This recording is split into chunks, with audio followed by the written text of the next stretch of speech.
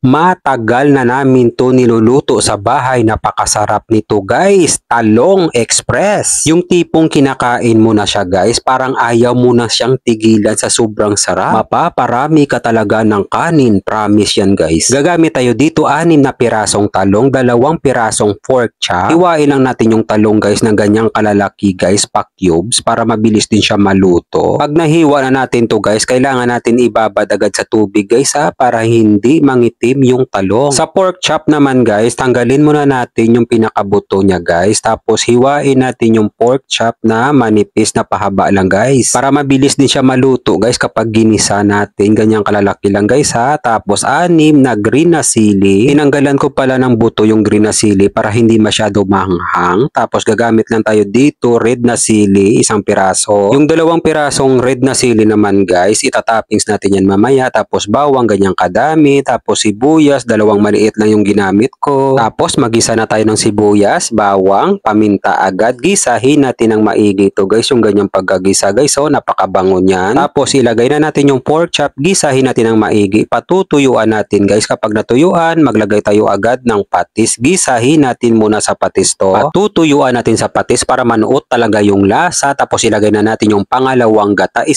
niyog lang pala ang ginamit ko. Pakukuluan muna natin sa loob ng 25 minutes. Maraming salamat nga pala sa ating mga followers sa palagi nyong panonood. Ingat po kayo palagi dyan kung saang lugar man kayo. Pagkalipas ng 25 minutes, malambot na yung karne guys. At malapit na sa matuyuan, ilagay na natin yung talong. Tapos ilagay na natin yung kakanggata, green na sili, pangpalasa, seasoning granules. Maglagay din tayo kaunting asin. Pakukuluan natin to sa loob ng 5 minuto para hindi ma-overcook yung talong guys. Maraming salamat nga pala sa ating mga kababayang OFW sa palagi nyong panonood. Ingat po kayo palagi dyan kung saang bansa man kayo at isasama ko kayo palagi sa mga panalangin ko. Pagkalipas ng 25 minutes, ilagay na natin yung red na sili, saka natin tikman. Nako, kampiyon ang lasa, makrimi, malinamnam, masarap. Pakuluan pa natin ng mga 1 minuto guys. Tapos ilagay na natin yung 2 pirasong red na sili at sa finale, maglagay lang tayo dahon ng sibuyas. Isa lang ang masasabi ko guys, ito na yung pinakamasarap na luto sa talong, Talong Express. Ito yung ulam guys na kapag nasimulan mo ng kainin, yung tipong ayaw mo nang tigilan sa sobrang sarap. God, maraming salamat po sa biyaya na binibigay mo sa araw-araw. I-bless nyo po yung food na magiging silbing lakas sa katawan namin. Amen. Kain tayo guys, kain Pinas. Buhos natin agad sa kanin guys, lagyan pa natin ng sauce, tapos palahin natin ng kutsara. May kasamang taba-taba ng pork chop para sa inyong lahat yan guys.